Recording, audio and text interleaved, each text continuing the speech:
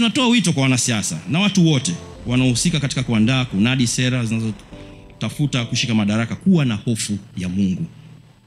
Tumeshuhudia nyakati kama hizi, michakato ya uchaguzi imehusika na kuleta vitendo vya uhalifu.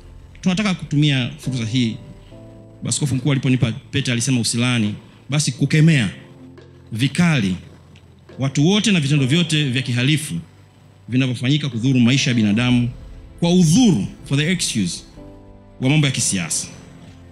Na tunaomba vyombo vya ulinzi na usalama kuendelea kuongeza jitihada za kudhibiti matukio ya jinsi hii ya uhalifu na kufanya bidii kuwakamata wahalifu na kuwachukulia hatua stahiki.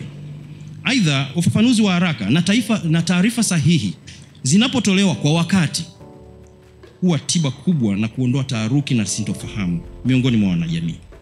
Na hivyo ni jambo ambalo sisi tunaona ni vema likatiliwa mkazo. Tunajua serikali yetu inafanya bidii sana kulinda amani ya nchi yetu.